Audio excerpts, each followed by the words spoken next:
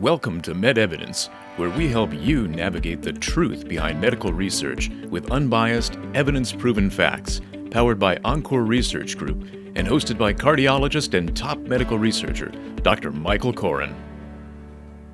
Hello, my name is Dr. Michael Koren, and I'm delighted to be part of this wonderful series with my dear friend and colleague, Dr. Neil Sanghvi, who is an electrophysiologist, who is talking with me about atrial. And this is a series called Two Docs Talk A-Fib, part of our MedEvidence platform.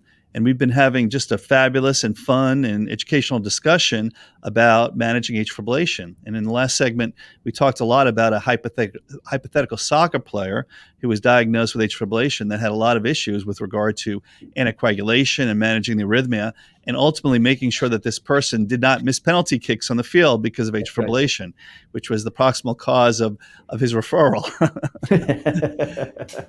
Anyhow, so Neil he's a national expert. He's been on a lot of different panels from different venues around the country talking about rhythm issues, and he's the medical director of the heart rhythm section at Flagler Hospital here in Northeast Florida. So very, very well versed in this, and just a wonderful speaker and somebody that can help us really understand these issues. So with that, Neil, we were talking in the last segment about the decision between anticoagulation and using a left atrial closure device. Mm-hmm. And this is an area where there's a lot of current research going on, and maybe you can help us start to explore that. Oh, so absolutely. Give us your perspective. Yeah, I think the arena of stroke prevention in A-Fib is a tremendously large area because of the issues, obviously the morbidity for the patient and the suffering that they suffer, and the cost to the health system in managing these patients. And so we are trying to do the best we can to help protect these patients. And so right now there's two strategies on managing A-Fib patients, right? There is the patient who needs to be on some form of anticoagulation. We talked about these NOACs that are currently existing, warfarin back in the day that tended to be the only agent that's out there. And clinical trials. I think, Mike, you're involved with some of these, right? I've done a few in my day.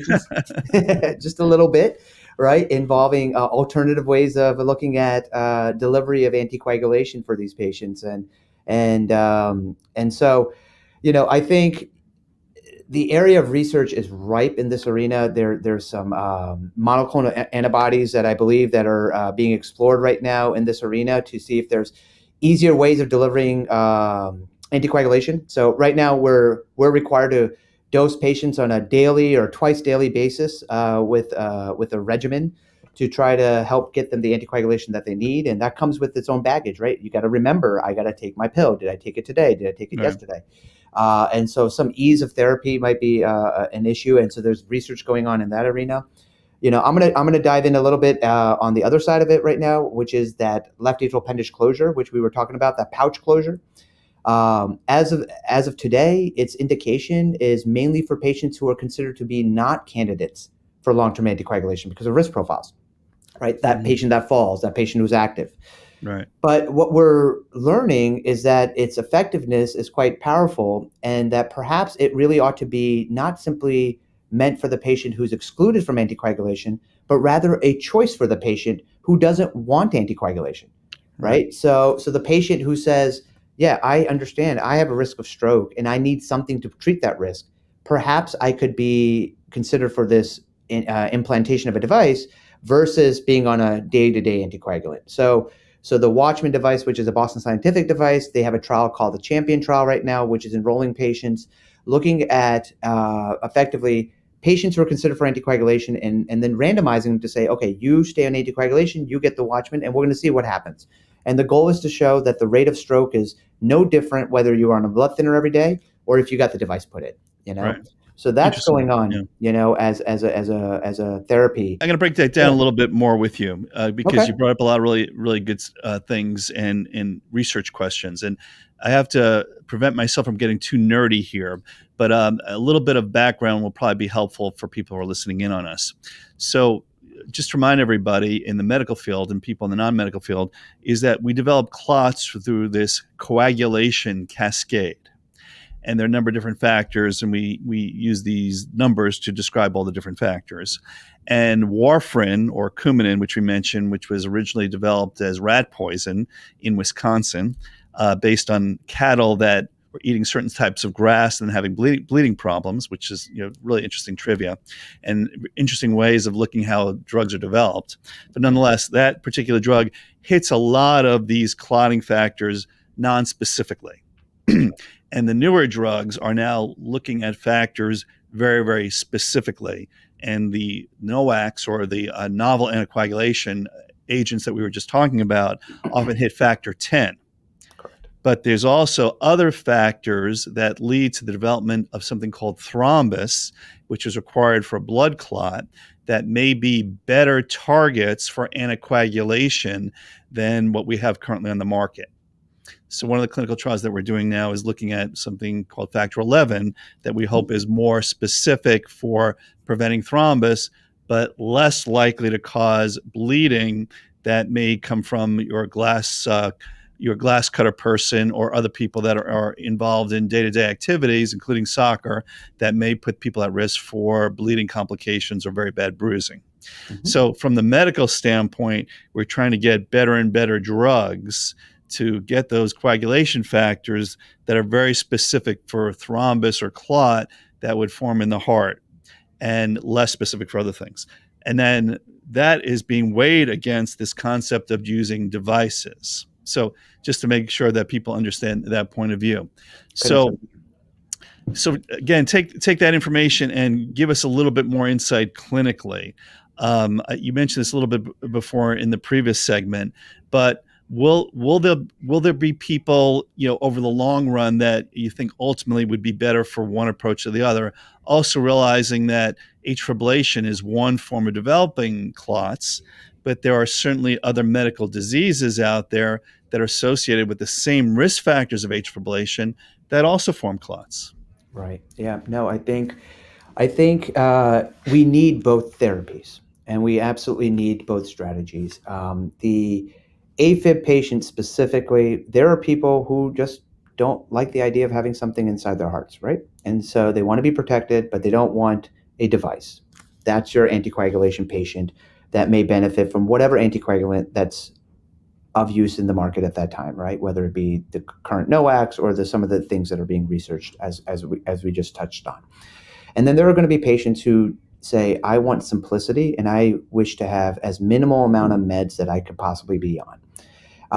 But I need to mitigate my risk of stroke. And that is that patient who will go towards a device route. One of the other areas of research that's occurring as it pertains to the device-related methods of A-Fib thromboembolic prophylaxis, or protection against stroke, is, as I have spoken about before, we use A-Fib ablation as a tool to manage symptoms. Well, we're looking now to see, well, if at the time I'm already in the heart, if I'm already there, if I place this device at the same time that I'm in the heart, perhaps I can deal with both aspects of A-Fib, the symptom side and the stroke side. Mm-hmm. And so perhaps that's an area where patients will benefit with one procedure with two benefits. And so that's an area of research that's also ongoing.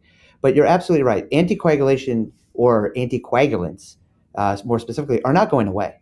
We have indications for atrial fibrillation. We have indications for patients, as you have alluded to, pulmonary emboli or DVTs, clots that happen in other vascular beds, that they need to be on blood thinners, and they need something that's not going to increase their risk of bleeding, but also prevents that clot from forming again in the future. So I think these areas are ripe, and I'm going to shamelessly plug,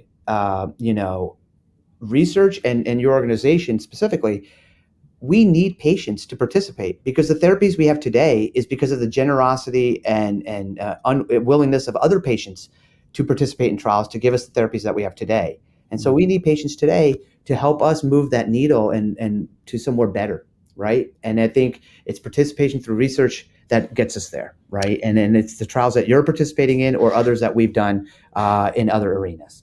Yeah, all I consider that is amen, and well stated. And this is certainly my passion, so I appreciate that very, very much. So I'm going to have just a few quick fire technical questions for you to answer. We just have a few minutes left, and hopefully you can share your wisdom and insight.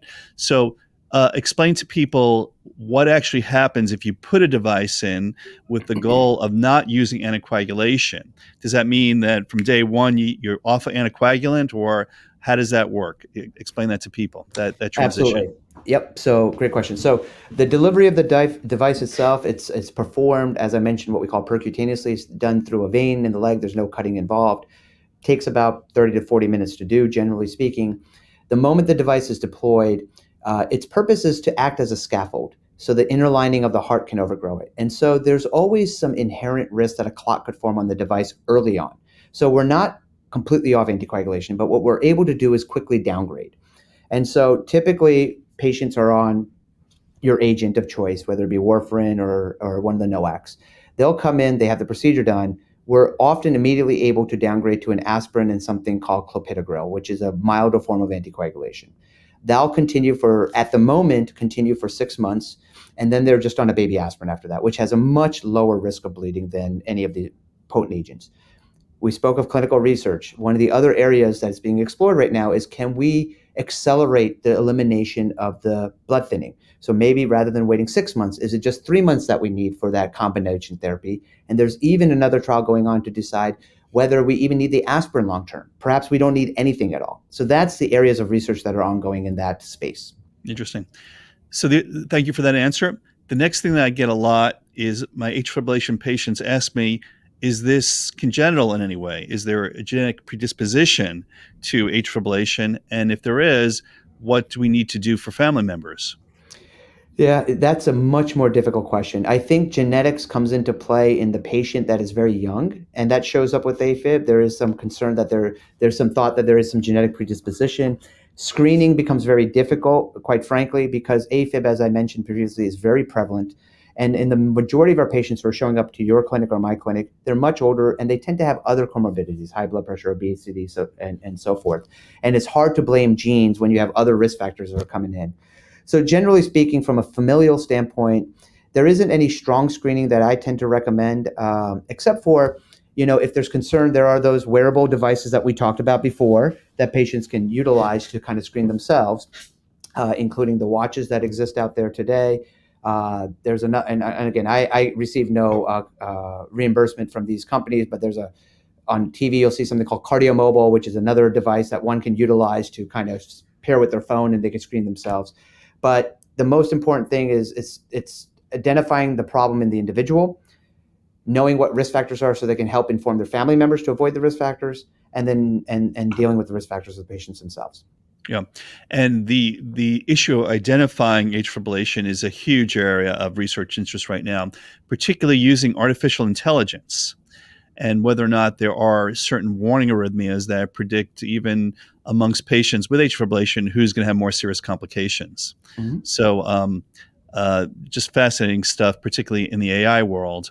And I actually went to this interesting conference at the American College of Cardiology where they were talking about there are signals on the EKG that we didn't even think much about, like that the whole space on the EKG between the T wave and the P wave, we thought didn't really give us much information, but maybe that's not true. And if you have any thoughts for some of these crazy ideas that are now starting to be explored in clinical trials. No, I think the aspect of the EKG, which gives us that picture, that electrical picture of the heart, and intervals that we otherwise thought were non-contributory, and determining whether or not they give us a more insight into the electrical signals of the heart is very fascinating to me. I don't have direct knowledge of the EKG analysis, but I do have experience in the space of when we do ablations. So as I mentioned to you before, when we do ablations, it's anatomic. We're hitting these veins, but we realize that we're not batting 1,000 with that, right? And so there's AI applications on intracardiac signal analysis to determine if there's areas of tissue that may be more susceptible to triggering A-Fib, and perhaps those are areas that should be targeted. So same concept, different application, but helping us give us insight into arenas that we otherwise weren't paying much attention to. So yes, I think the application of AI as it pertains to rhythm management of the heart and cardiology in general is going to be explosive and probably one of the new renaissances of our time as it pertains to managing patients. Interesting. So the last thing I'm going to leave for discussion, and very quickly, because there's probably no real good answer for this. But one of the things that fascinated me is something called the Coronary Drug Project that studied niacin for hypercholesterolemia. And niacin, we know, is a supplement, and it's pretty much fallen out of favor for treatment of cholesterol issues, with just a few maybe exceptions that I won't get into for now. But one of the very, very interesting things about the Coronary Drug Project study was that patients on niacin may have had a little bit less atherosclerotic complications, but they had a higher risk of atrial fibrillation, which led to an actual null effect that they canceled each other out. So niacin was not felt to have any cardiovascular benefits because of the offset. Any thoughts about that? It's a kind of crazy thing from clinical trials, but it's fun to think about and speculate. Yeah, nothing mechanistically that would make sense to me, because there is this concept of inflammatory contributions to triggering atrial fibrillation, but one would think that if you have a lower atherosclerotic burden, that you are actually mitigating inflammation as it pertains to the coronary tree, and you would think that that would actually lend towards less A-Fib. So I cannot explain, and nor have I read anything that would explain why you would see a signal towards higher incidence of atrial fibrillation in that particular population of patients. Yeah, just an interesting little Yeah. trivia. Well, Neil, this was amazing. Thank you for sharing your insights. Thank you for sharing your wisdom. I enjoyed it. It was a lot of fun. I learned a bunch of stuff. So hopefully our audience will appreciate all this wonderful information. And again, thank you for being part of Two Docs Talk Atrial Fibrillation and our MedEvidence platform. I appreciate the invitation, and thank you as well. And I hope your patients enjoyed the segment. Thank you. Thanks for joining the MedEvidence podcast. To learn more, head over to medevidence.info or subscribe to our podcast on your favorite podcast platform.